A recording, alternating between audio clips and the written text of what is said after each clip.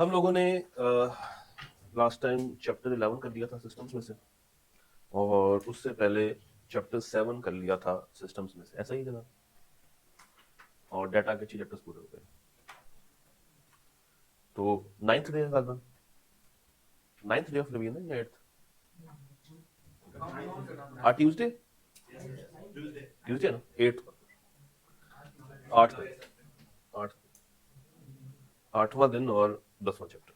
ठीक है, let's start. Chapter है हमारा artificial intelligence and automation, one of the important areas for your exam. पूरा चैप्टर अच्छा भला इंपॉर्टेंट है, और इट इज होपफुल कि एग्जामिनर यहाँ से एक अच्छा सवाल बना सकता है। तो आई वुड रिक्वेस्ट कि आप एक एक रजिस्टर खोल लीजिएगा, ताकि चीजें आपको नोट करने में हेल्प मिले। तुम कहाँ गायब हो गए थे? हाँ, बोलेगा नहीं, कहाँ चले गए थे? नहीं, क्लास में तो नहीं थे। वैसे दिल नहीं किया ना आने का, हाँ कि ना। अच्छा जी, chapter 10, artificial intelligence and automation. कहानी शुरू होती है इसकी डेफिनेशन से। कहां से स्टार्ट होती है? डेफिनेशन से कहानी शुरू होती है। और बेसिकली डेफिनेशन क्या है? वो कहता है artificial intelligence refers to the simulation of human intelligence processed by machines, particularly computer system. चलो यहीं पे रुकते हैं। हम लोग पढ़ रहे हैं क्या? Artificial intelligence. तो मेरा आपसे सवाल ये है कि क्या कोई नेचुरल इंटेलिजेंस भी? यस, आपका दिमाग, आपका दिमाग जो कि क्रिएटेड बाय अल्लाह है, और हम लोगों ने इसी दिमाग को यूज करते हुए एक आर्टिफिशियल इंटेलिजेंस को क्या किया? क्रिएट किया। तो आर्टिफिशियल इंटेलिजेंस एक ऐसी जहानत जो कि मसनूई है, जो कि क्या है? मसनूई। होता ये है कि हम अपने ह्यूमन इंटेलिजेंस को, ह्यूमन ब्रेन को, या ह्यूमन ब्रेन के अंदर न्यूरॉन्स को कुछ इस तरीके से प्रोग्राम करें और उसको किसी भी एक मशीन के डब्बे में डाल दें, और फिर मशीन से कहें कि वहां से सिग्नल्स कैच करो और अपने काम करो। आप लोगों ने एवेंजर्स तो देखे होंगे, अल्ट्रॉन तो देखा होगा। तो ई चैप्टर पढ़ते हुए ना अल्ट्रॉन का एक स्केच अपने माइंड में रखना। नहीं, विजन का नहीं रखना, सिर्फ अल्ट्रॉन का अपने माइंड में रखना। ये वाडा वाला कौन था? अच्छा, artificial intelligence refers to the simulation. Simulation क्या होता है? सिमुलेशन वर्चुअल, मिलता जुलता, एग्जाम्पल लिखिए। सिमुलेशन कहते हैं आर्टिफिशियल वर्ल्ड के अंदर रोल प्ले करना। आर्टिफिशियल वर्ल्ड के अंदर रोल प्ले करना is called simulation. Artificial world के अंदर रोल प्ले करना। सबसे इसकी प्राइम एग्जांपल है क्रिकेट गेम्स या कोई भी गेम्स। आप ग्राउंड में खेलने की बजाय कहाँ पे खेलते हैं? आर्टिफिशियल ग्राउंड में, जो कि स्क्रीन के अंदर लगा हुआ है। और आप वहां पे या तो कभी बैट्समैन बने होंगे या कभी बॉलर बने होंगे, और आपको ऐसा लगता है कि आप खुद से खेल रहे हैं, जो कि हकीकत में ऐसा नहीं। आप किसी को खिलवा रहे हैं by using some cursor keys. नहीं, वो और। तो it refers to the simulation of human intelligence processes by machines, particularly computer systems. दो बातें जो हमें समझ आती हैं वो ये कि जब भी हम लोग एआई का जिक्र करेंगे तो हमारे पास क्या होगा? कंप्यूटर सिस्टम होगा और ह्यूमन इंटेलिजेंस। तो दो वर्ड्स लाजमी लिखने हैं डेफिनेशन में, human intelligence plus computer system. तो इनको जरा अच्छे रंग से हाईलाइट कर लें कि जब भी आपसे इसकी डेफिनेशन मांगी जाए तो ये दो अल्फाज आपने लाजमी नोट डाउन करने हैं।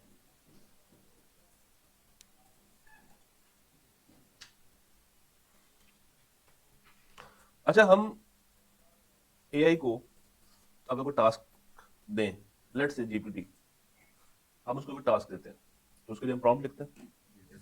वो प्रॉम्प्ट क्या जरूरी है कि बाइनरी कोडिंग में हो? नहीं। क्या वो जरूरी है कि प्योर अच्छी वाली अंग्रेजी में हो? नहीं। क्या हम उसको किसी भी देसी जबान में प्रॉम्प्ट दे सकते हैं? ठीक। इसका मतलब है कि वो हमारी लैंग्वेज को अंडरस्टैंड करता है। इसका मतलब है कि it follows natural language understanding. उसमें बिल्ड इन क्या है? एनएलपी। बिल्ड इन क्या है? एनएलपी। एनएलपी बोले तो नेचुरल लैंग्वेज प्रोसेसिंग। तो इसके अंदर आपको दो फीचर्स मिलेंगे, एक एनएलपी का मिलेगा और एक मिलेगा प्रॉब्लम सॉल्वर। तो प्रॉब्लम्स भी सॉल्व करता है, एनएलपी के साथ ऑपरेट करता है, और कुछ अपनी क्या रखता है? परसेप्शंस रखता है, अपनी जजमेंट्स रखता है। अपनी क्या रखता है? जजमेंट्स रखता है।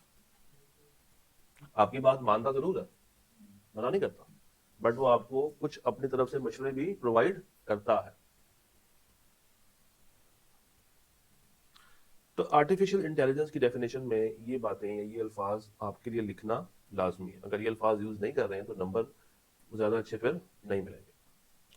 अच्छा, नीचे आते हैं, लर्निंग साइकिल। क्या? एक बात जहन में रखनी है कि एआई आज भी सीख रहा है, कल भी सीखेगा, परसों भी सीखेगा, थ्रू आउट द लाइफ सीखता रहेगा। आप उसको, ह्यूमंस उसको ट्रेन कर रहे हैं और वो हमारी ट्रेनिंग से इल्म हासिल कर रहा है, और हमसे सीखता है तो किसी ना किसी और यूजर पे वो अप्लाई कर देता है। तो artificial intelligence and learning cycle. अब इसकी जो लर्निंग साइकिल है इसमें काफी स्टेप्स आपको ऑलरेडी पता है। First step is data. हर कोई एआई अपने टास्क को एग्जीक्यूट करने के लिए सबसे पहले क्या हासिल करेगा? डेटा। सबसे पहले क्या हासिल करेगा? मगर जो भी डाटा हो उसमें कुछ ना कुछ प्रॉब्लम्स होती हैं, उसको हम लोगों ने खत्म करना है by data pre pre processing.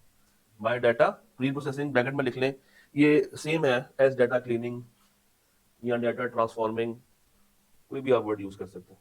Data organising. In other words हम बस ये कहना चाह रहे हैं कि हम डाटा को साफ कर रहे हैं। हम क्या कहना चाह रहे हैं कि डाटा को क्या कर रहे हैं? साफ सफाई कर रहे हैं उसकी। तो एआई के पास डाटा आया और एआई ने उस डाटा को अपनी अंडरस्टैंडिंग इंप्रूव करने के लिए अब क्या कर दिया? क्लीन किया। नेक्स्ट इज, वो अपने आप को मॉडल लेवल पे जाकर ट्रेन करेगा। क्या करेगा? ट्रेन। मॉडल लेवल पे अपने आप को ट्रेन करेगा। What is model level? आप लोगों ने अगर गौर किया हो तो जीपीटी के कुछ मॉडल्स हैं, 4.0, फिर 5.1, 5.2, फिर 5.2 में फर्दर। तो ये डिफरेंट मॉडल्स हैं जिसके ऊपर वो ऑपरेट करता है। हर मॉडल की सेम एफिशिएंसी, सेम इफेक्टिवनेस है या नहीं है? नहीं, फर्क है। कुछ आपको तस्वीरें जनरेट करके दे सकता है, कुछ जनरेट करके नहीं देता।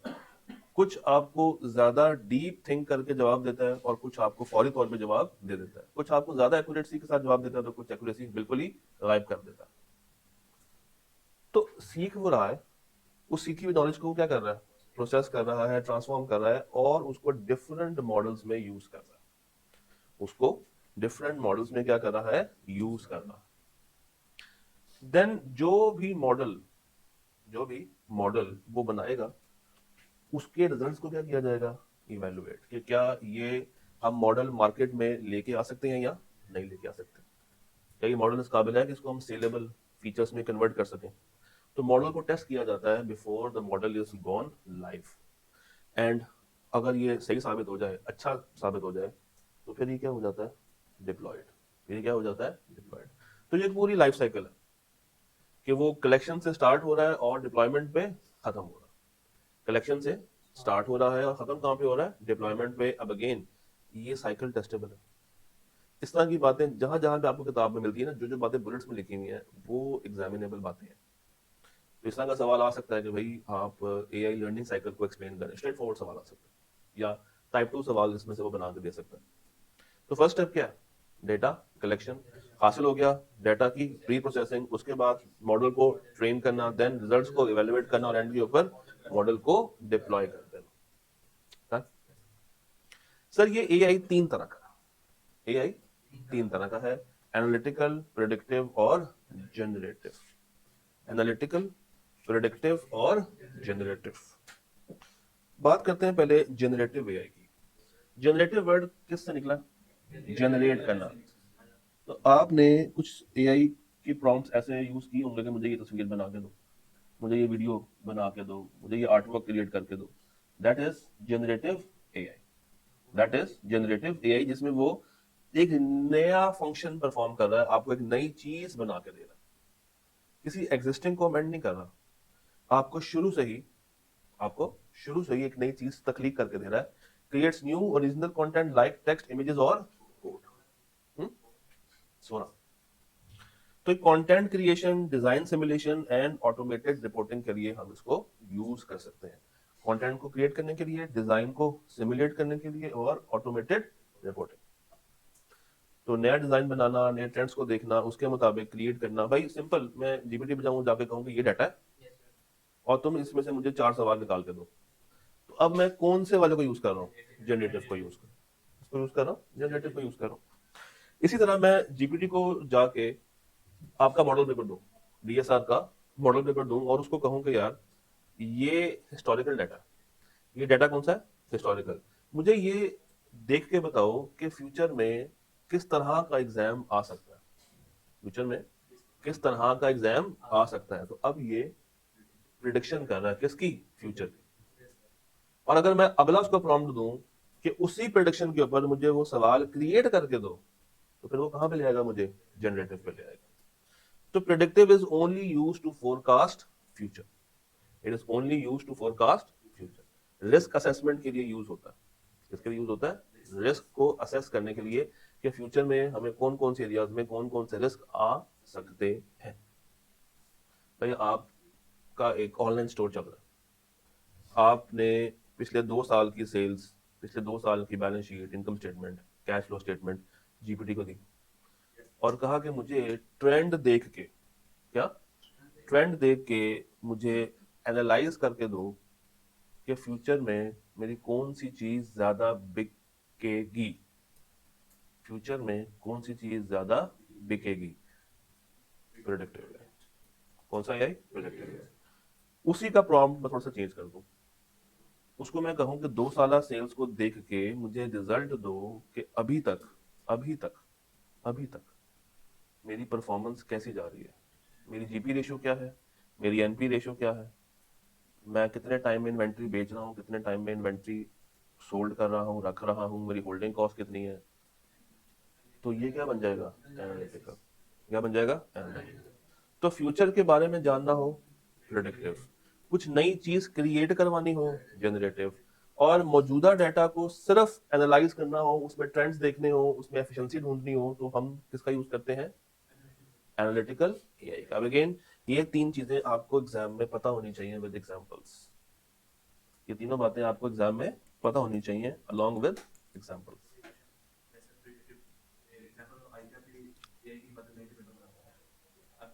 वो जनरेटिव है, नया सवाल बन गया, नया क्वेश्चन बन गया।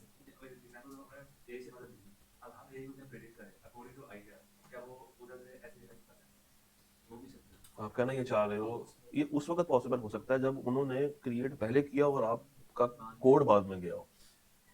और अगेन हो सकता है कि वो जीपीटी का कोई वो 50,000 वाला वर्जन यूज कर रहे हो सकता है कि वो डीप सर्च यूज कर रहे हो और आप वो फ्री वाला कर रहे हो। उसकी एफिकेसी और उसकी एफिकेसी में तो जमीन आसमान का फर्क होगा। और ऑब्वियसली यस, देखें GPT runs from all over the world, ठीक है। आप उसको ये कहेंगे ना कि आई कैप के एग्जामिनर ने तुमको यूज करते हुए अगर तुमसे कोई इस तरह का पेपर बनाया तो मुझे बताओ उसमें क्या सवाल थे, तो वो आपको चपेटे भी करा सकता है। हाँ, ऐसे। तो इस तरीके से उसको यूज करना जुर्म है। तो किसी भी खराब अच्छी चीज को खराब काम में इस्तेमाल नहीं करना। चलिए वापस आते हैं। तो ये तीनों बातें एग्जाम पॉइंट ऑफ व्यू से क्या है? इंपॉर्टेंट। सर अब थोड़ी सी कहानी मुख्तलिफ होने वाली है, क्योंकि अब हम बात करने वाले हैं किसके ऊपर? एल्गोरिथम्स के ऊपर। Algorithms used in generative AI. किसकी बात कर रहे हैं? सिर्फ और सिर्फ जनरेटिव एआई। किसकी बात कर रहे हैं? जनरेटिव एआई की। हम कहानी शुरू करते हैं यहां से। ये पढ़ा जा रहा है? कैमरे में सही आ रहा है? एक दफा देख लो। सर पहला वर्ड है, अच्छा इसको ना समझना जरा तरीके से। पहला वर्ड है ज्ञान। पहला वर्ड क्या है? ज्ञान। ये जितनी भी बातें बता रहे हो सारी क्या है? एल्गोरिथम्स। एल्गोरिथम क्या होता है? Basically set of rules procedures जिसके बेस पे हम किसी भी सिस्टम को ऑपरेट करते हैं। तो पहला क्या है? ज्ञान। ज्ञान means generative adversarial network. Generative adversarial network. How it works. चल मैं वैसे बता देता हूँ। आप उर्दू बाजार जाए, देखा उर्दू बाजार?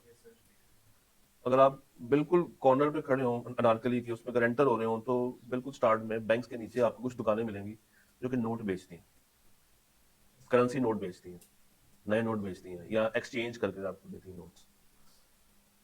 आपने एक नोट वहां से ले लिया और आपको बाद में पता चला कि ये जो नोट है वो नकली है। ये नोट क्या है? नकली। मगर दिखने में क्या लग रहा था? असली। आप उसमें डिफरेंशिएट कर पाए? नहीं कर पाए। ये गैन इस फ्रेमवर्क पे काम करता है।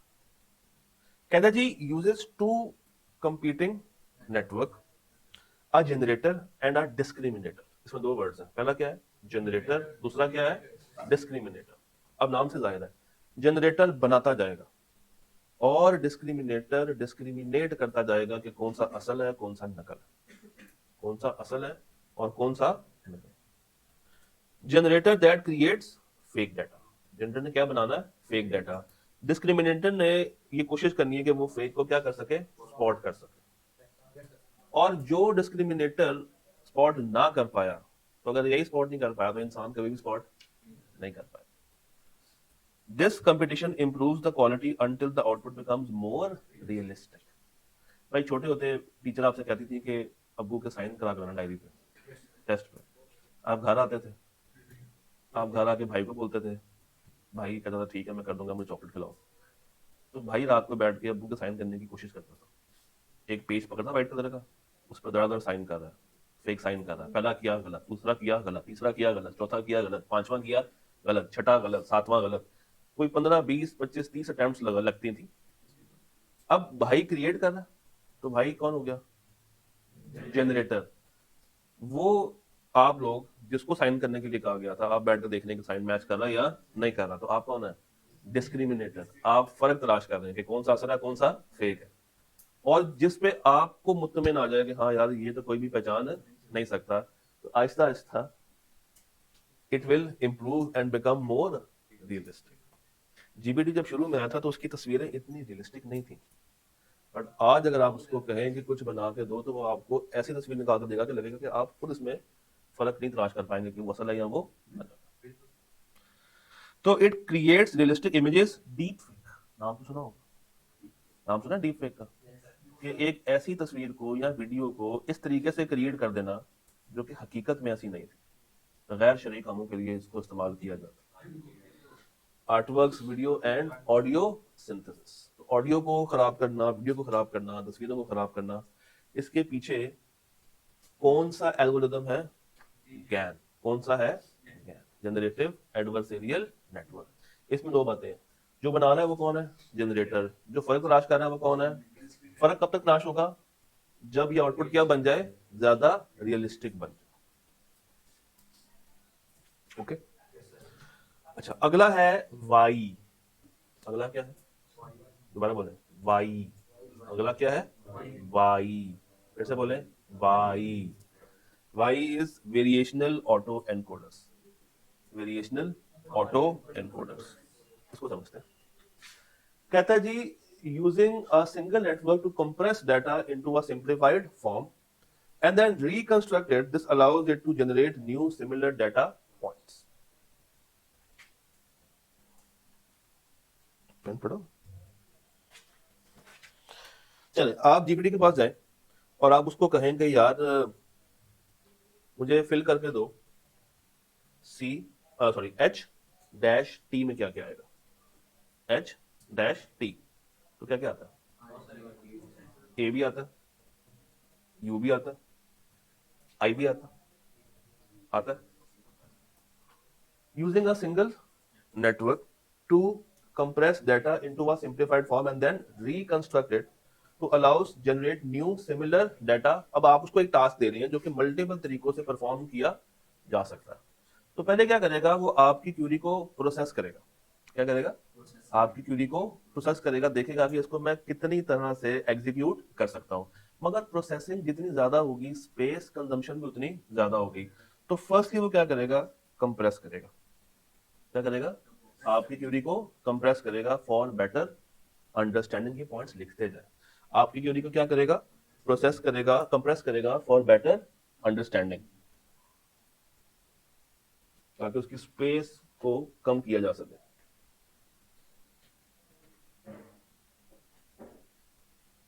और उसके बाद दोबारा से क्रिएट कर देगा with multiple solutions, with multiple solutions अगर पॉसिबल है तो ये सिंपल वेरिएशनल ऑटो एनकोडर, देखे ना, variational, more than one variances, जिसका कोई एक सिंगल हेड सॉल्यूशन नहीं।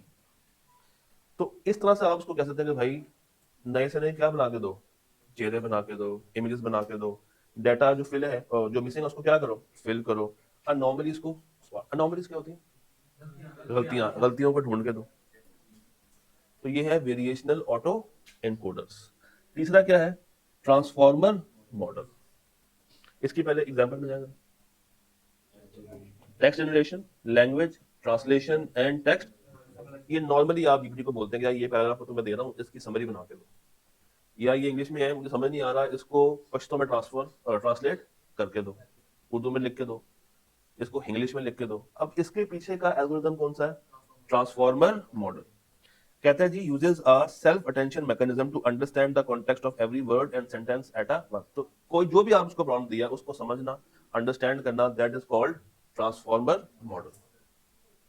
तो सिंपल जीपीटी को अगर आप टेक्स्ट दे रहे हैं और उससे कह रहे हैं कि मुझे इसकी समरी बना के दो, इसको ट्रांसलेट करके दो, ये कहाँ पे जाएगा, ट्रांसफॉर्मर पे।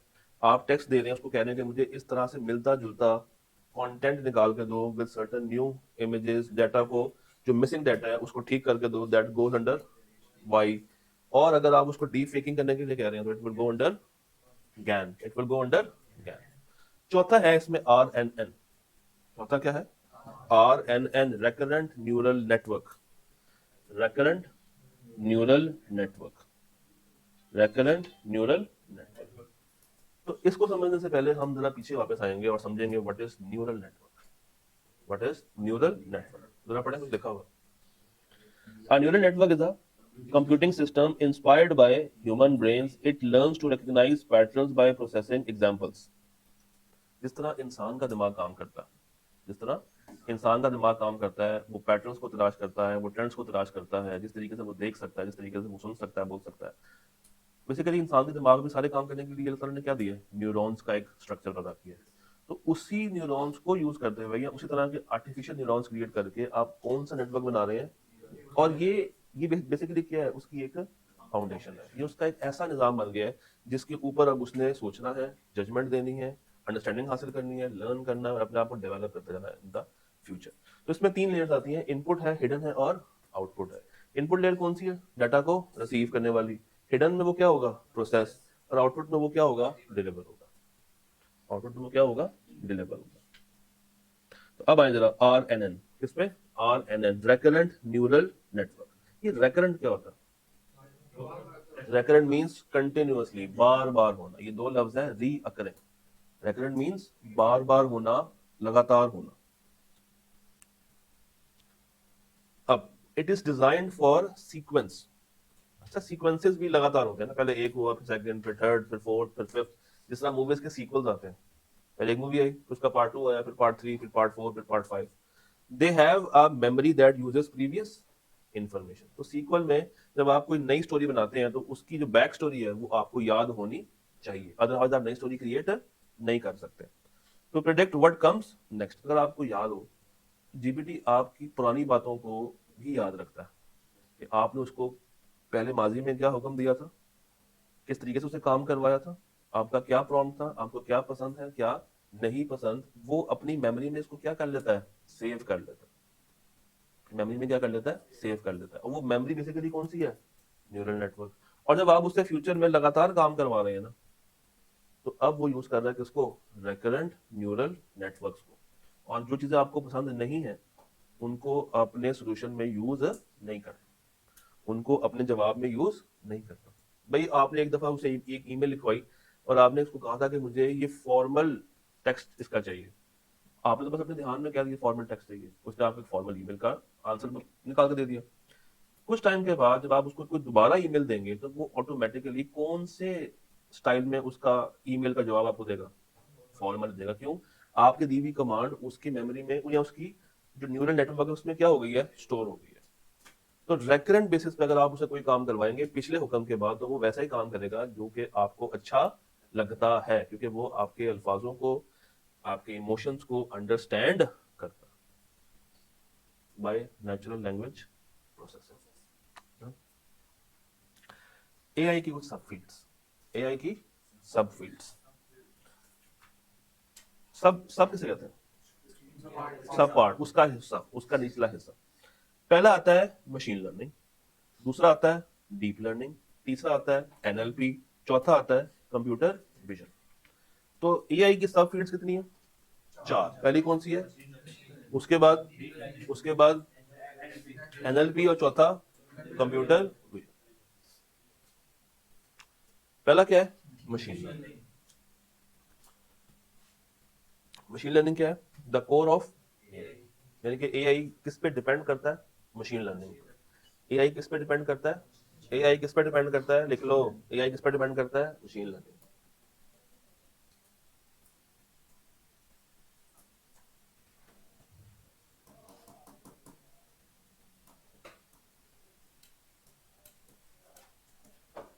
अच्छा मुझे ये बताएं, ये जो मशीन लर्निंग है, दो ऑप्शन आपको देता हूँ, आपने मुझे बताना है कौन सा अच्छा वाला ऑप्शन है।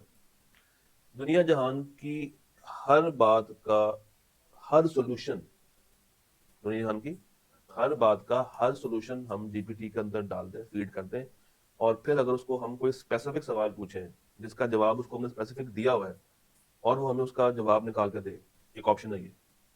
दूसरी ऑप्शन ये है कि हम उसकी जजमेंट पे छोड़ दें, उसको एक जेनेरिक कॉन्सेप्ट बता दें और इंसान के सोचने का तरीकाकार बता दें, and then he thinks on his own and creates judgement. कौन सा तरीका ज्यादा अच्छा लग रहा है? दूसरे वाला। पहले वाले के साथ मसला ये है कि हम उसको हर बात एग्जैक्टली वर्ड बाय वर्ड बता नहीं सकते। हाँ, लिमिटेड हो जाएगा ना, वो लिमिटेड हो जाएगा। हल्की सी भी ऊंच नीच हो तो वो जनरेट नहीं कर पाएगा, वो हमारे कॉन्टेक्स्ट का मोहताज बन के रह जाएगा। उसको पंजाबी में कहते हैं लकीर का फकीर हो जाएगा, लकीर का फकीर।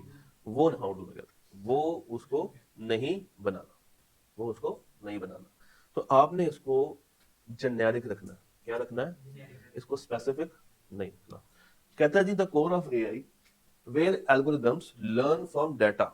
जो आप उसको डाटा देते हैं, जो प्रॉम्प्ट देते हैं, उससे वो क्या करता है? लर्न करता है to find patterns and make decisions without being explicitly program for every rule. आप उसको हर रूल के लिए अलग से प्रोग्राम नहीं कर सकते, आप इतने रूल्स बना ही नहीं सकते, आप इतने रूल्स बना ही नहीं सकते।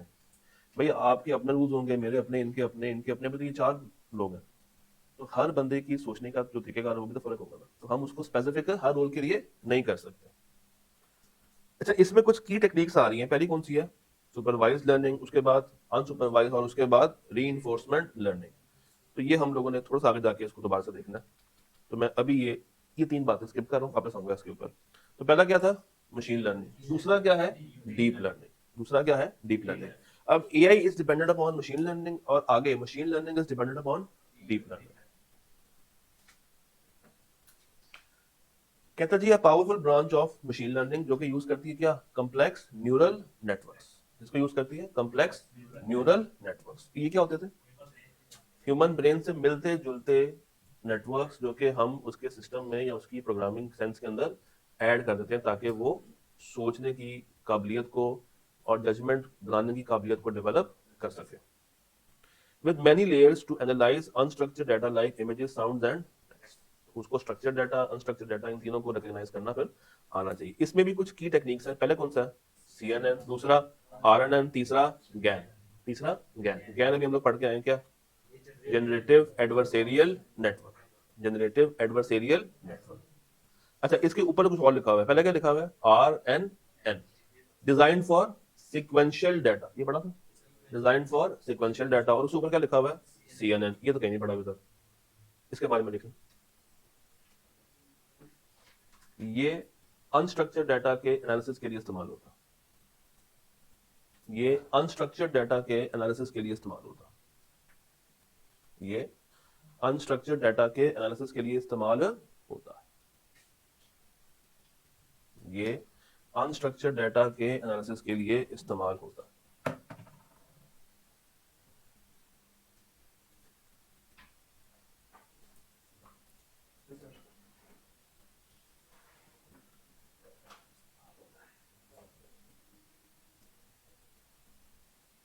हो गया। तो स्ट्रक्चर के लिए कौन सा इस्तेमाल होता है? एल्गोरिथम की बात हो रही, डाटा की, डेटाबेस की बात नहीं हो रही।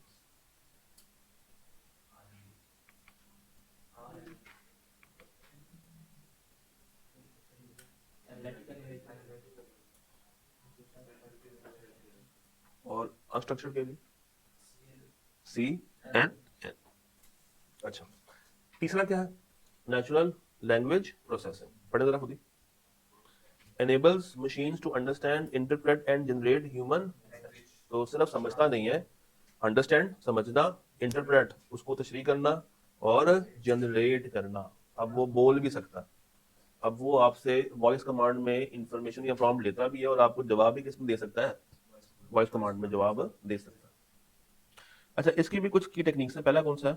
टोकनाइजेशन। पहला क्या है? टोकनाइजेशन। कहता है जी breaking text into into smaller.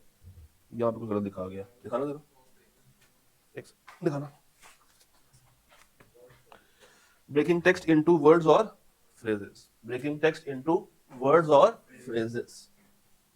तो उसका यहां से खोल लेता हूं। ब्रेकिंग टेक्स्ट इनटू वर्ड्स और फ्रेजेस।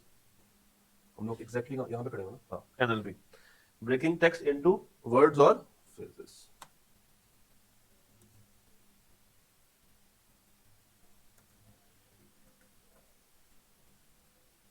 तो इसमें सबसे जो उसका पहला काम है वो है टोकनाइजेशन। हमारी की हुई बात को तोड़ के वो अंडरस्टैंड करने के काबिल बनाना। भाई हम तो अपनी रवानगी में बोलते हैं ना, स्पीड में बोलते हैं। तो अगर आप कोई मुश्किल वर्ड स्पीड में बोलते हैं तो छोटा बच्चा उसको अंडरस्टैंड कर पाएगा? नहीं। तो आप उसको तोड़ तोड़ के बताते हैं। तो इसी तरह ये सबसे पहला काम क्या करता है? आपके टेक्स्ट को ब्रेक करता है ताकि उसको अंडरस्टैंड किया जा सके। उसको हम क्या कहते हैं? टोकनाइज। तो आप एक बड़े सेंटेंस को डिफरेंट टोकन्स में कन्वर्ट कर लेते हैं। उसके बाद क्या है? Sentiment analysis. इमोशंस को अंडरस्टैंड करता है कि आप खुशी से बात कर रहे हैं या गुस्से से बात कर रहे हैं या उदासी में बात कर रहे हैं या एक्साइटेड है या न्यूट्रल। उस चीज को समझता है। और उसके बाद क्या है? Machine translation. आपकी बात को ऑटोमेटिकली ट्रांसलेट करता है between different languages. Between different languages. सबसे जो इसकी प्यारी एग्जांपल है that is chatbot. That is chatbot. Chatbot कह लें, जीपीटी को इस्तेमाल कर लें। ये पहले आपकी बात को, आपके लंबे से वर्ड को तोड़ तोड़ के अंडरस्टैंड करेगा, समझेगा। उसके बाद देखेगा कि आप किस मोड में हैं, गुस्से में है, उदासी में है, खुशी में है, गम में। एंड देन वो क्या करेगा? ट्रांसलेट करेगा। क्या करेगा? ट्रांसलेट करेगा और आपको आपका जवाब प्रोवाइड कर देगा। और उसके बाद क्या था? Computer vision. Computer vision trains computer to interpret and understand the visual worlds from images and videos। क्या मतलब?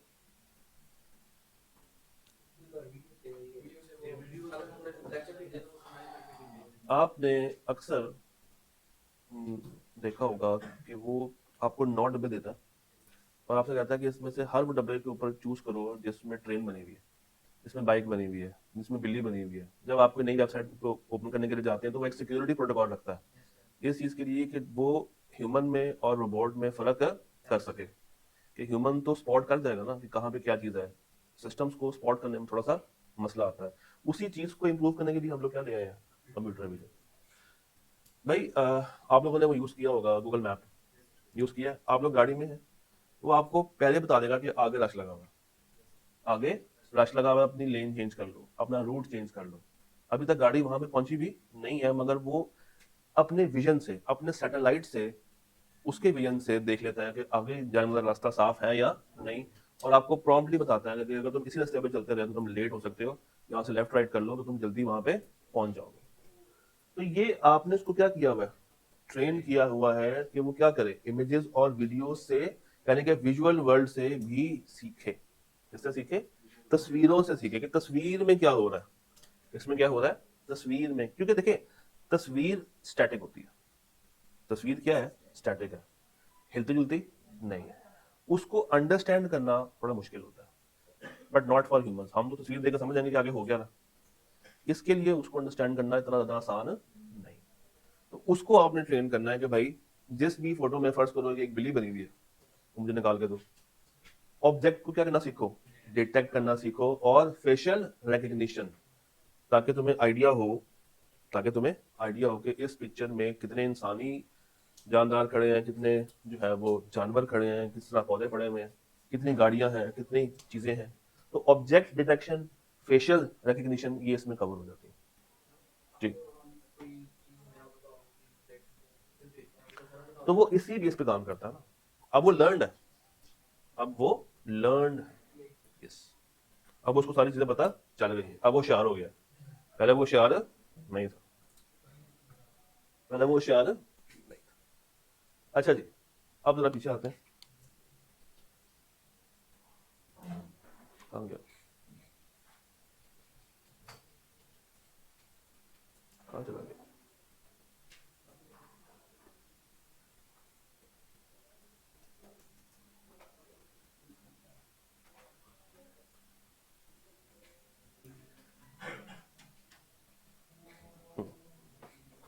हाँ जी, मशीन लर्निंग में कितनी टेक्निक्स थी? पहली कौन सी है? हाँ, मशीन लर्निंग में supervised learning, unsupervised, reinforcement learning. पहली क्या है? सुपरवाइज्ड। ऐसी लर्निंग, अब सुनो, ऐसी लर्निंग जिसमें रिजल्ट उसके पास ऑलरेडी मौजूद है। जैसे हम आपको एक सवाल दें और आपसे कहें कि इसको सॉल्व करो, हम तुम्हें सोल्यूशन की फाइल भी साथ दे रहे हैं। तो जब आप सवाल सॉल्व करेंगे तो आप उसको सोल्यूशन के साथ कंपेयर इजीली कर सकते हैं, ऐसा ही। अच्छा, दूसरी क्या है?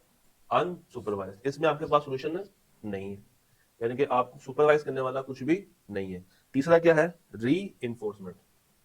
आपको एक टास्क दिया, आपने गलतियां की, उसमें मसले निकाले, हमने कहा ठीक है नेक्स्ट टाइम तुमने ये वाली गलतियां परफॉर्म नहीं करनी, इसी टास्क को दोबारा करो। जैसा आपने एक सवाल सॉल्व किया, मैंने चेक किया, मैंने कहा भाई अब तुमने ये सवाल क्या करना है, दोबारा से सॉल्व करना, ताकि ये वाली गलतियां रिपीट ना हो। तो अगर मैं आपको सवाल दूंगा, साथ ही सोल्यूशन भी दे दूं और खुद स्टेज पे खड़ा हुआ, that is my supervised learning, learn from the labelled data. आपके पास डाटा ऑलरेडी लेबल फॉर्म के अंदर क्या है, पड़ा हुआ। सेकंड क्या है? अनसुपरवाइज्ड। आपने खुद से उसमें से गलतियां तलाश करनी है। आपके सर पे कोई भी बंदा खड़ा हुआ नहीं, आपको कोई भी गाइड नहीं कर रहा, आपने खुद ही से पैटर्न्स निकालने हैं उस अनलेबल्ड डाटा में। और तीसरा क्या है? Reinforcement learning. अगर आपको कोई टास्क दिया है, उस टास्क में आपने कोई गलती कर दी है, क्या कर दी है? गलती कर दी है, तो वो चीज आपको बताई जाएगी और आपसे वो काम दोबारा से करवाया जाएगा, ताकि नेक्स्ट टाइम ये गलतियां ना हो, नेक्स्ट टाइम ये गलतियां। अच्छा, अब मुझे बताना, इसमें सबसे ज्यादा जजमेंटल कौन सा? जजमेंटल कौन सा? अनसुपरवाइज्ड, क्योंकि इसके अंदर उसके सर पे कोई भी खड़ा हुआ नहीं है, तो वो अपनी जजमेंट से परफॉर्म कर रहा है। यहाँ पे उसको मैंने सोल्यूशन दे दिया, जो उससे वो क्या कर रहा है, लर्न कर रहा है। और यहाँ पे वो लर्न कर रहा है बाय ट्रायल एंड एरर, और अल्टीमेटली मैं उसको क्या कर दूंगा, सुपरवाइज। तो जो 100% जजमेंट है वो कहाँ पे है? अनसुपरवाइज्ड लर्निंग के अंदर है। 100% कहाँ पे है? Unsupervised learning. अच्छा, मुझे बताइए कि मैं उसको डाटा दूं, हिस्टोरिकल डाटा, और उसको बोलूं कि इस डाटा की बेस पे, इस डाटा की बेस पे मुझे फ्यूचर को प्रिडिक्ट करके दो। अब ये कहाँ पे जाएगा? सुपरवाइज में जाएगा, क्योंकि मैंने उसको हिस्टोरिकल डाटा सीखने के लिए प्रोवाइड किया है। अगर मैं उसको हिस्टोरिकल डाटा नहीं देता और उसको कहता हूँ कि जनाब मुझे मार्केट के ट्रेंड्स को खुद ही से तलाश करके, मार्केट के ट्रेंड्स को खुद ही से तलाश करके, खुद से इंफॉर्मेशन गेन करके, सब कुछ खुद ही करो और मुझे बस एंड रिजल्ट दे दो, अनसुपरवाइज्ड। कौन सा? अनसुपरवाइज्ड। तो दोनों केसेस में, किसमें? दोनों केसेस में वो कोई ना कोई आपको आउटकम निकाल के देगा। अच्छा, उसके बाद उसमें कोई ना कोई गलती हो भी सकती है और नहीं भी हो सकती। उसको मैं कह रहा हूँ जनाब अपनी गलतियां ठीक करो, अपनी गलतियां ठीक करो, इनसे सीखो, ताकि तुम मजीद फ्यूचर में ये गलतियां कमिट ना करो। अब ये कहाँ पे आ गया है? री इन्फोर्समेंट पे आ गया। अब किस पे आ गया? री इन्फोर्समेंट लर्निंग पे आ गया। तो यूजिंग रिवॉर्ड्स एंड पेनल्टी, अगर तुमने ये काम ठीक किया तो तुम्हें रिवॉर्ड मिलेगा, काम खराब किया तो तुम्हें पेनल्टी पड़ जाएगी। अच्छा जी,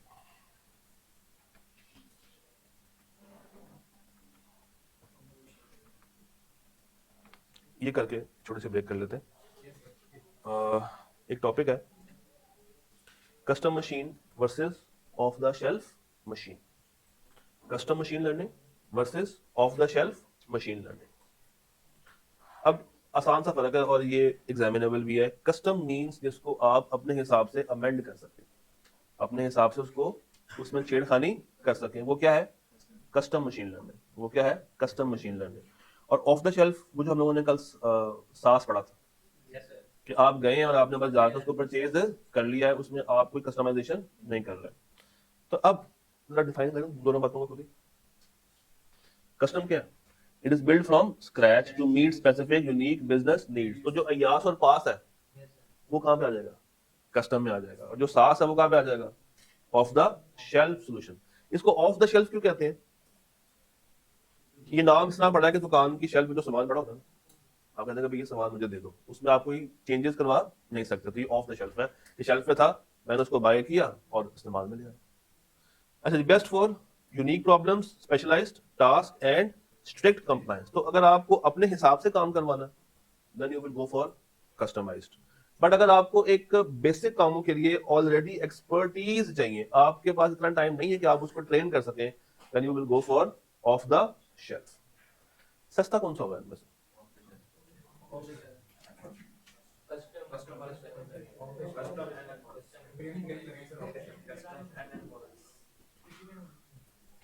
सस्ता कौन सा होगा? ये सस्ता, क्योंकि इसमें आपको काम करना, इसमें आपको काम करना पड़ेगा, ये महंगा हो जाएगा। इसमें ऑलरेडी काम हुआ पड़ा है, ये सस्ता है। वो हम सिर्फ सॉफ्टवेयर की बात कर रहे हैं ना, बाकी चीजें भी तो इसमें कोई आपको, ये लिखा हुआ था आ गया ये, इसमें कोई अपफ्रंट कॉस्ट नहीं है, मगर वहां पे आपको इंफ्रास्ट्रक्चर भी चाहिए, वहां पे आपको प्लेटफॉर्म भी चाहिए, वहां पे आपको टूल्स भी चाहिए, सब कुछ चाहिए। तो यहाँ पे एक अच्छी खासी अपफ्रंट कॉस्ट आ जाती है। फिर ये ज्यादा टाइम टेकिंग है, और ये इतना टाइम टेकिंग नहीं, क्योंकि ये ऑलरेडी तैयार शुदा है। यहाँ पे आपको ज्यादा एक्सपर्टीज की जरूरत नहीं है, यहाँ पे ज्यादा एक्सपर्टीज की जरूरत है। ये कस्टमाइजेबल नहीं है, ये कस्टमाइजेबल है। ये डिप्लॉय जल्दी हो जाता है, ये डिप्लॉय इतना जल्दी नहीं होता। तो खैर ये कुछ डिफरेंसेस लिखे हुए हैं, इसको आप लोगों ने एक दफा पढ़ लेना है, मुझे भी पढ़ लेते हैं। It is scalable depending upon the vendors platform. तो अगर वेंडर के पास ये सॉफ्टवेयर अवेलेबल है तो आप उसको मुझे खरीद के लें, मगर ये हाईली स्केलेबल है डिपेंडिंग अपॉन इंफ्रास्ट्रक्चर। इसकी इनिशियल डेवलपमेंट कॉस्ट क्या है? ज्यादा। इसकी अपफ्रंट कॉस्ट भी कम है, मगर ये सिर्फ किस पे चलता है? सब्सक्रिप्शन बेस्ड मॉडल्स पे। जितना आपको जरूरत है उतना आप इसमें से खरीद सकते हैं। अच्छा, मेंटेनेंस, ऑफ द शेल्फ को मेंटेन कौन कर रहा है? Third party. और इसको कस्टम को कौन मेंटेन कर रहा है? हम खुद कर रहे हैं। तो ये एक लिस्ट ऑफ डिफरेंसेस हैं जो कि बहुत ही आसान सी, एक दफा बस आप लोगों ने पढ़नी है, मसला इंशाल्लाह नहीं आएगा। ठीक है जी, ब्रेक के बाद मिलते हैं। वाओ, टूट गया। हाँ जी, ये बोर्ड पे कुछ फॉर्मूलाज लिखे आ रहे हैं, 1 2 3 4 5, देखें ना, समझ आती?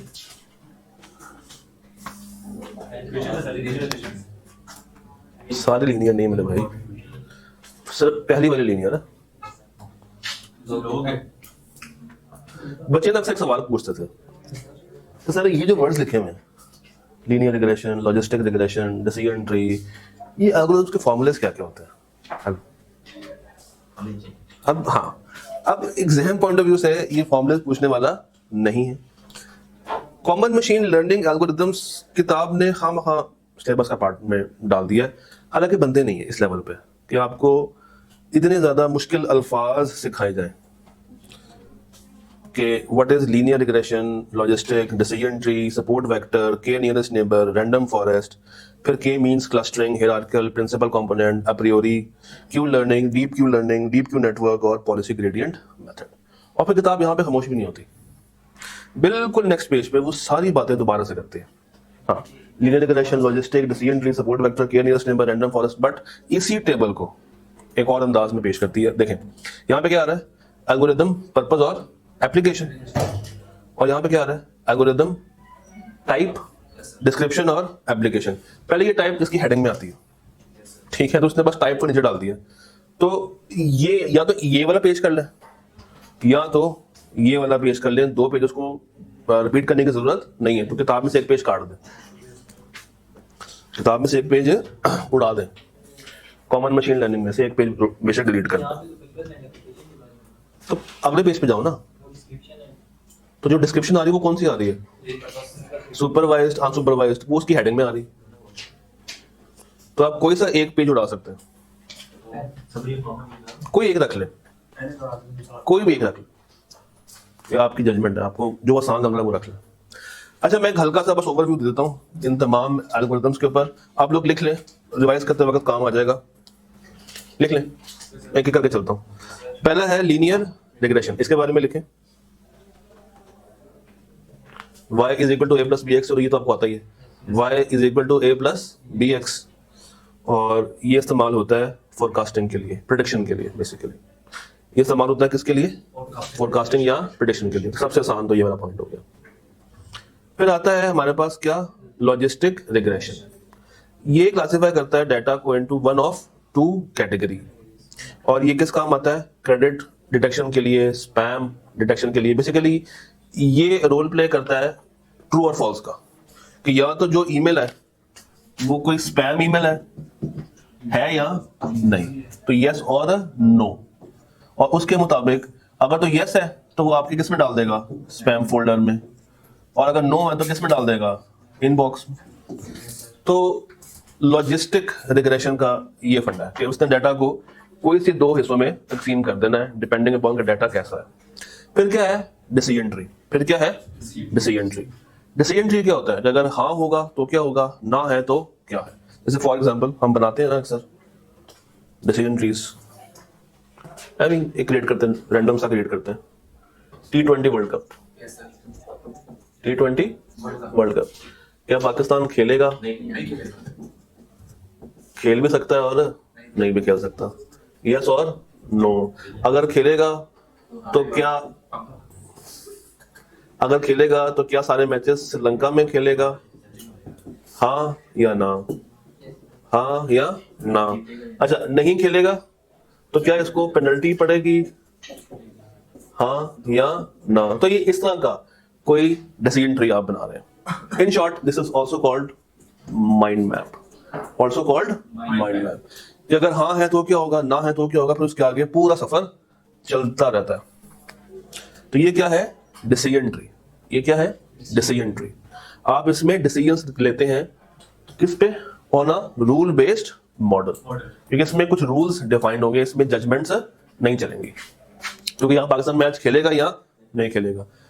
तो इसमें जजमेंट नहीं है कि खेल भी सकता है और खेल नहीं भी सकता, वाला काम नहीं है, हाँ या ना में फैसला करना है। चौथा क्या है, support vector machine. Support vector machine कहता है text categorisation, image classification, finds the best boundary to separate different classes of data. याद करें हमारे पास स्ट्रक्चर्ड डाटा भी होता है और अनस्ट्रक्चर्ड भी होता है, तो जो डिफरेंसेस है कि कौन सा स्ट्रक्चर्ड है और कौन सा अनस्ट्रक्चर्ड है, वो डिफरेंट कौन करता है, सपोर्ट वेक्टर मशीन। तो अगर आपके पास मिक्स डाटा पड़ा हो और आपने उस डाटा को दो हिस्सों में क्लासिफाई करना हो, तो क्लासिफिकेशन को करने के लिए आप कौन सा एल्गोरिथम यूज करेंगे, सपोर्ट वेक्टर मशीन। अगला क्या है, के नियरेस्ट नेबर। के नियरेस्ट नेबर, ये बड़ा मजे का एक फंडा है, इसका फॉर्मूला बस ये है 1 2 3 4 5, ये के नियरेस्ट नेबर को समझ आ रही, के नियरेस्ट नेबर। हम लोगों ने एक कहावत पढ़ी हुई है, एक इंसान अपने दोस्तों की सोबत से नहीं आती, इंसान दोस्तों की सोबत से पहचाना जाता है। तो वही फंडा के नियरेस्ट नेबर।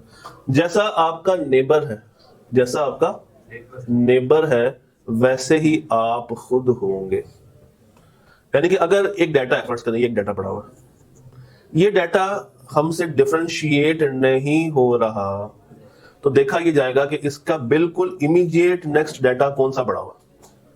तो अगर ये डाटा फर्स्ट करो अनस्ट्रक्चर्ड है, तो अज्यूम कर लिया जाएगा कि ये डाटा भी कौन सा है, अनस्ट्रक्चर्ड। ये फंडा के नियरेस्ट नेबर, के नियरेस्ट नेबर। अब ये नॉर्मली कहां पे इस्तेमाल होता है, बैंक्स के अंदर। नॉर्मली कहां पे इस्तेमाल करते हैं, बैंक्स के अंदर, फ्रॉड डिटेक्शन के लिए, फ्रॉड डिटेक्शन के लिए। क्यों, उसकी रीजन ये बेसिकली क्या करता है, एक हिस्ट्री डेवलप कर लेता। क्या क्या डेवलप कर लेता है, कैसे, ये देखें, इसको मिटा देता हूं, मिटा दूं ना ये फॉर्मूला, मैंने बस लिख दिया।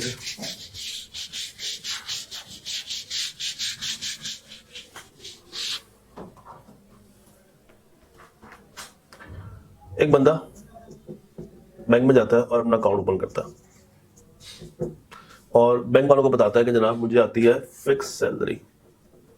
बैंक कहता है कितने की? कहता है 50,000 रुपए की। बैंक इसके आईडी कार्ड पर देखता है तो आईडी कार्ड पे जो इसका फादर नेम होता है, कौन? फादर नेम, वो एक टाइम पे बैंक के डिफॉल्टर रह चुके हैं, बैंक के डिफॉल्टर रह चुके हैं। तो ये भाई अकाउंट खुलवाते हैं, 5 ट्रांजैक्शंस कितनी अमाउंट से होती हैं? 50K 50K 50K 50K और 50K। छठी ट्रांजैक्शन हो जाती है 1 0 के साथ, 5 लाख से। कितने से? 5 लाख से। बैंक अलर्ट हो जाएगा, बैंक अलर्ट होगा। Yes sir. ठीक है, बैंक अलर्ट हो गया तो बैंक इसको कॉल करेगा कि भाई हमारे एल्गोरिथम ने डिटेक्ट किया है कि तुम्हारे अकाउंट में एकदम से कितने पैसे आए हैं? 5 लाख। अच्छा, बैंक इसके बैक एंड पे बैंक ने भी क्या लगाया होगा? कोई ना कोई एल्गोरिथम कि अगर अमाउंट एक स्पेसिफिक रेंज से ऊपर जाए तो तुमने क्या कर देना है? हमें डिटेक्ट कर देना है, हमें अलर्ट कर देना है। इसने कहा हाँ वो मैंने पैसे मंगवाए थे अपने एक दोस्त से उधार, तो ये ट्रांजैक्शन बिल्कुल क्या है? वैलिड है, इसमें टेंशन ना लो। बट बैंक को ये पता है कि एक टाइम पे इनके वाले साहब क्या रह चुके हैं? बैंक के डिफॉल्टर, और इन्होंने कुछ बैंक के पैसे भी अदा करने थे जो कि अभी तक इन्होंने अदा नहीं किए, और इनका आपस में क्या है? रिश्ता है, रिश्ता है। अब जरा पढ़िएगा। Classifies a data point based on what it's closest neighbours are. इन भाई साहब के कौन से अजीज सबसे करीब है इस वक्त? पापा जान। और पापा जान एक टाइम पे क्या रह चुके हैं? डिफॉल्टर। तो बैंक शक करेगा कि भाई ये बंदा भी तो एकदम से इसके अकाउंट में पैसे आए हैं, that can in future become a defaulter. तो बैंक ये पैसा अपने पास सस्टेन कर लेगा। क्या कर लेगा? सस्टेन कर लेगा कि भाई इन्होंने मेरे क्या देने थे पैसे, तुम भी उन्हीं के नक्शे कदम पे चल रहे हो, तुम्हारे पास भी एकदम से बड़ी अमाउंट आई, तुम भी नेक्स्ट टाइम से हमारे से पैसा लेके फरार हो सकते हो। आज तो मेरे पास मौका आ गया है ये पैसे कब्जा में लेने का, कल को शायद मौका ना आए, तो शायद मौका ना आए। तो खैर ये बैंक्स वगैरह में यूज होता है। इसका नाम क्या है? के नियरेस्ट नेबर, के नहीं, के नियरेस्ट नेबर। अगला क्या है? Random forest. अच्छा, इससे पहले हम लोगों ने ये पढ़ा था क्या? Decision tree. तो अगर मैं मल्टीपल डिसीजन ट्रीज लगा दूं तो क्या बन जाएगा? Random forest. अगर मैं मल्टीपल क्या लगा दूं? Decision trees, combines many decision trees to create a more accurate and stable model, तो क्या बन जाएगा मेरा? Random forest. क्या बन जाएगा? Random forest. नॉर्मली कहां पे यूज होता है? स्टॉक मार्केट में। अब अगेन ये एमसीक्यू आ सकता है कि भाई वो कौन सा एल्गोरिथम है जो कि स्टॉक मार्केट के एनालिसिस में काम आता है? रैंडम। इस तरह की चीजें अगर आईकैप टेस्ट करने लगे तो फिर मुश्किल बना सकता है पेपर। अच्छा, उसके बाद मजीद है, ये किसके हैं? अनसुपरवाइज्ड के। पहला क्या है? के मींस क्लस्टरिंग। के मींस क्लस्टरिंग। इसका सिंपल ये आप ध्यान में रखना है कि ये डाटा को ग्रुप कर देता है on the basis of similarity, on the basis of similarity. जैसे आपने अगर फूड पांडा की ऐप खोली हो तो अगर आप उसके सर्च बार में जाके फर्स्ट करें लिखते हैं बर्गर, तो वो जितने भी रिजल्ट आपको देता है वो सारे किसके होंगे? बर्गर से होंगे। क्यों? उसने एक सेगमेंट क्रिएट कर दिया आपके एक वर्ड पे, जिसने आपको रिकमेंडेशन देनी स्टार्ट की है, वो सारी एक ही सेगमेंट की इंफॉर्मेशन आ रही है। ये क्यों हो रहा है? Because of this clustering. उसने एक क्लस्टर आपको दे दिया, एक मिक्स्ड इंफॉर्मेशन आपको जगह जगह से इकट्ठी करके दे दी कि भाई हमारी ऐप पे ये 20 तरह के बर्गर्स मौजूद हैं जिसको तुम ऑर्डर कर सकते हो। फिर क्या है? Hierarchical clustering. ऐसी क्लस्टरिंग जिसमें डिसीजन ट्री शामिल है। जिसमें क्या है? डिसीजन ट्री शामिल। भाई आपने कहा है कि मुझे बर्गर तो दिखाओ मगर प्राइस रेंज रखो स्मॉलेस्ट टू लार्जेस्ट। अब उसने क्या बना दिया? उसको एक हायरार्की बना दिया कि वो स्मॉलेस्ट से बड़े नंबर पे जा रहा होगा। अगला क्या है? Principal component analysis reduces the number of variables in data while keeping its essential structure. Image compression, anomaly detection. लिखिएगा, मैं लिखवाता हूं। ये ओरिजिनल डाटा फाइल को कंप्रेस करता है, ये ओरिजिनल डाटा फाइल को कंप्रेस करता है ताकि ताकि फाइल को सेंड करते टाइम उसके एसेंशियल फीचर्स खराब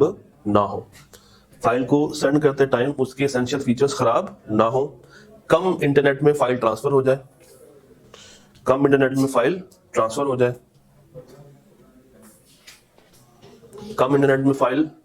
जाए, और जब दूसरी पार्टी तक ये फाइल पहुंचती है तो वो उसको उन्हीं तमाम फीचर्स के साथ देख सकता है। मुझे एक देसी मिसाल देते हैं इस चीज की। नॉर्मली हम किसको कंप्रेस करके सेंड करते हैं? पिक्चर्स को, ताकि उसके पिक्सल खराब ना हो। अच्छा, चौथा क्या है? एप्रियोरी। ये बड़ा मजे का एक टूल है। ये जब आप कोई चीज ऑर्डर करने के लिए जाते हैं फूड पांडा पे, और आपने फर्ज करें 4 चीजें सिलेक्ट कर ली, ठीक है। जब आप बिलिंग टाइम पे पहुंचते हैं तो वो आपको मशवरा देना शुरू करता है कि मोस्टली कस्टमर्स इन प्रोडक्ट्स के साथ ये वाला चीज भी खरीदते हैं, तो क्या तुम उसको बाय करना पसंद करोगे? हालांकि उसने बाय उसको नहीं करना था या उसके ज़हन में नहीं था, मगर ये आपको रिकमेंडेशन देता है कि लोग फ्रीक्वेंटली इस चीज को इकट्ठा इस्तेमाल करते हैं। अब उसके खामखा ज़हन में नहीं भी था, मगर फिर भी वो क्या कर लेगा, इस चीज को बाय कर लेगा कि अगर लोग बाय करते हैं तो फिर कुछ ना कुछ तो अच्छा ही होगा। तो ये जो टूल है, इट इज कॉल्ड एप्रियोरी एल्गोरिथम। ये क्या है? एप्रियोरी एल्गोरिथम। ये काम करती है मार्केट बास्केट एनालिसिस के ऊपर। जो आप बास्केट क्रिएट करते हैं किसी भी फूड पांडा की ऐप पे या कोई भी ऑनलाइन स्टोर पे, तो वो उस प्रोडक्ट को देख के आपको क्या देना शुरू कर देती है? रिकमेंडेशंस, कि यार लोग अक्सर इस चीज के साथ ये भी बाय आउट कर लेते हैं, तो तुम इसको भी ट्राई कर लो। और अगला क्या है? रीइंफोर्समेंट। इसमें 3 चीजें। पहला है क्यू लर्निंग। लिखे मेरे को नहीं, चलो लिखे नहीं, सुन ले। लूडो खेली? कौन सी वाली? नहीं, ऑनलाइन लूडो खेली। ऑनलाइन लूडो के अंदर जो अगर आप खेल रहे हो ना वर्सेस कंप्यूटर या वर्सेस सिस्टम, तो आपके हारने के चांसेस ज्यादा होते हैं कि कम होते हैं? डिपेंड करता है कि हम कौन से मोड में खेल रहे हैं, इजी मोड में, डिफिकल्ट मोड में, या हार्ड मोड में खेल रहे हैं, या मीडियम मोड में खेल रहे हैं। वो क्यू लर्निंग है। वो आपकी चाल को देख के अपनी चाल को क्रिएट करता है। करेगा जब आप हार्ड मोड में होंगे, और जब आप इजी मोड में होंगे तो करेगा वही काम, मगर उतनी ज्यादा फ्रीक्वेंसी के साथ नहीं करेगा।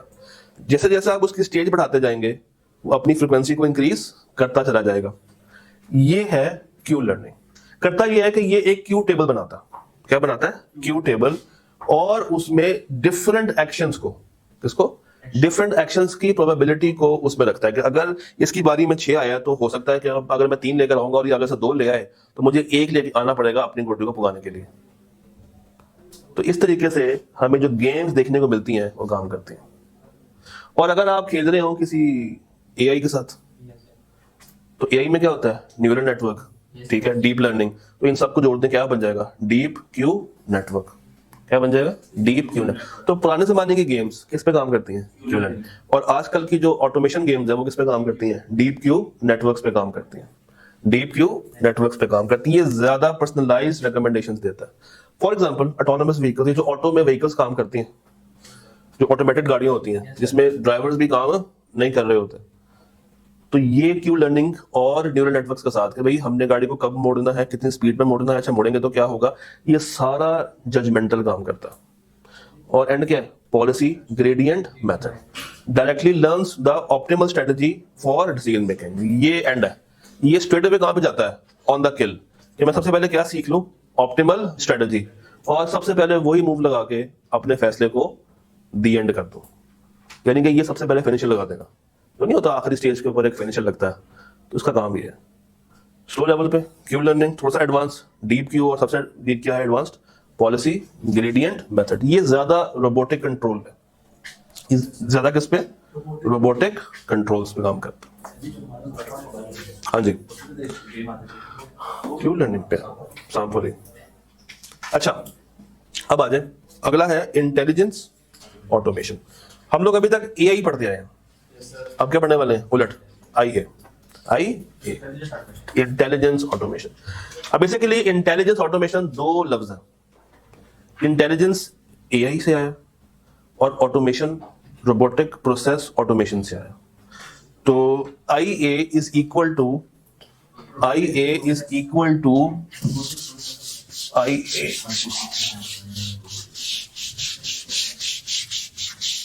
आई A is equal to AI plus robotic process automation plus robotic process automation।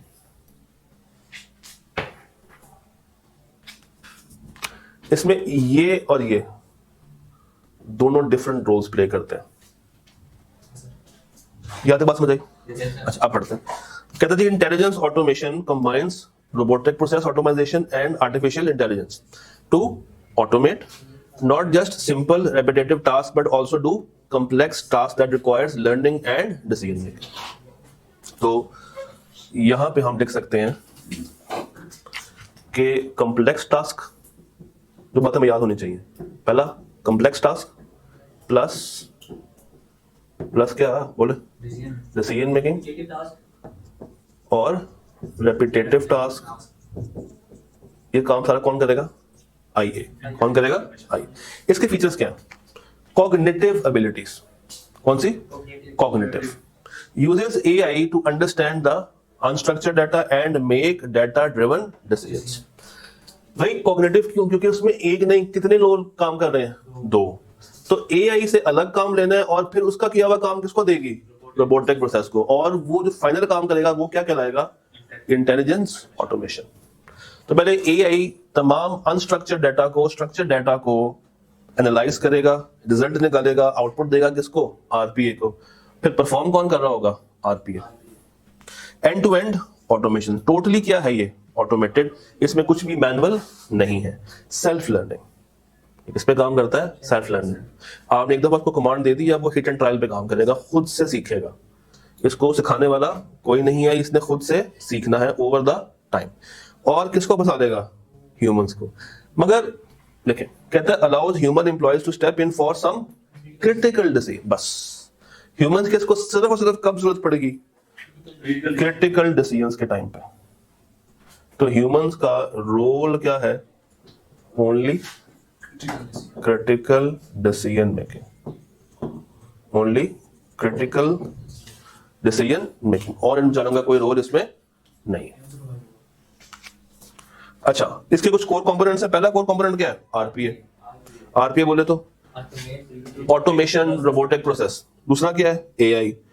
और हमें पता है कि ये क्या होता है? ब्रेन होता है, न्यूरल नेटवर्क्स पे काम करता है। फिर क्या है? एनएलपी। जानते हैं क्या? Human language. अगला क्या है? हाँ पढ़े जरा, पढ़े।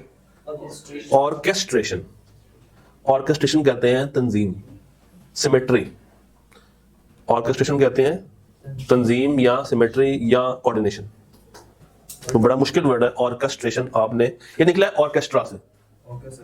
तो इसका मतलब क्या होता है ऑर्केस्ट्रेशन का? Coordination. Orchestration means coordination.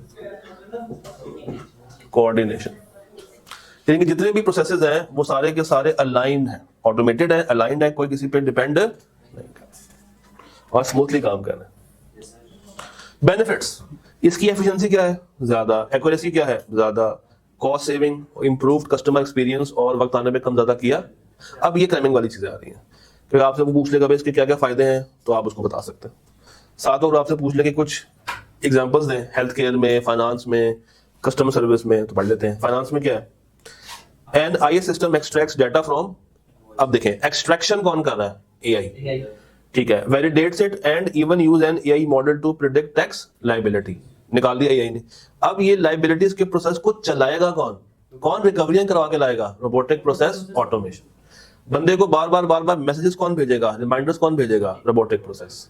But उसके पीछे डाटा किसने प्रोवाइड किया होगा? एआई। है ही नहीं। अब काम ऐसे नहीं। सर अगला क्या है? एजेंटिंग एआई। एजेंटिंग एआई। एजेंट क्या होता है भाई? एजेंट क्या होता है? हेल्पर।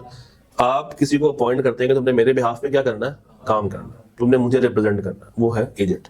कहता है जी agentic AI refers to autonomous system that can perceive their environment, make independent decisions and take actions to achieve specific goals without constant human directions.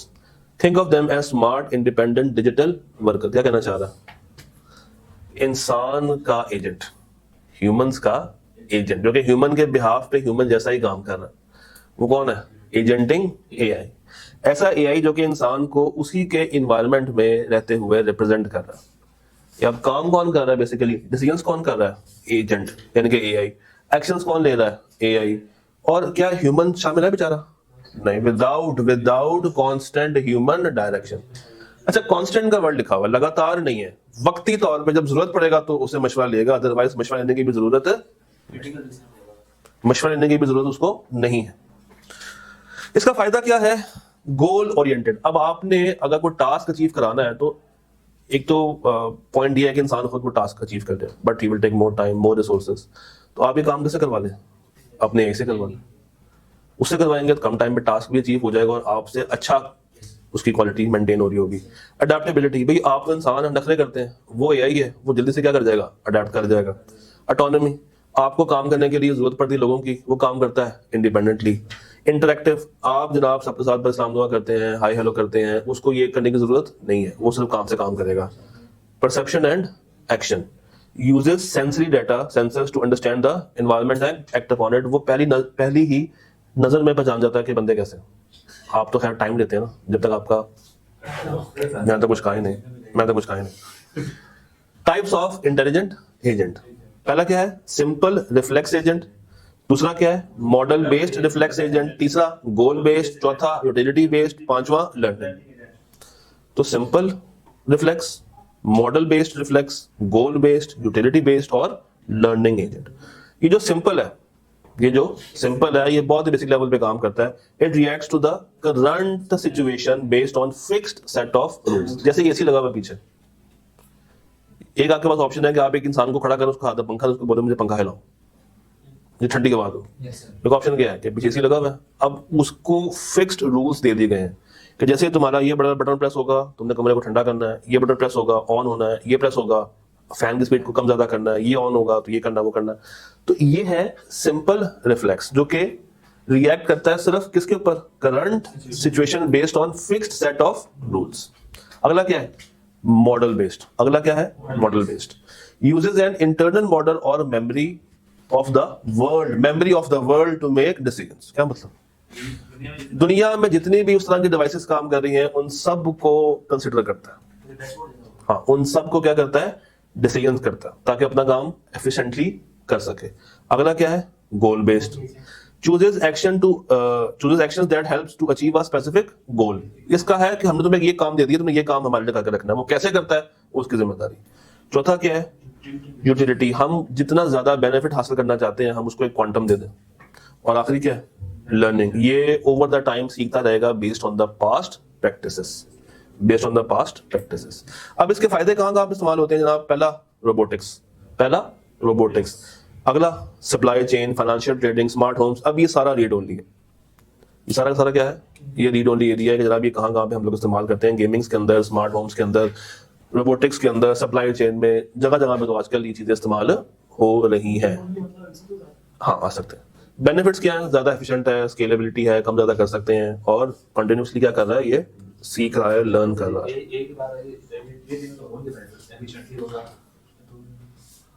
इसमें टोटल हमारे पास टॉपिक्स कितने? 8। अच्छा, नॉर्मली ना हर चैप्टर में 7-8 टॉपिक्स ही हैं, नॉर्मली ऐसे चलता आ रहा है।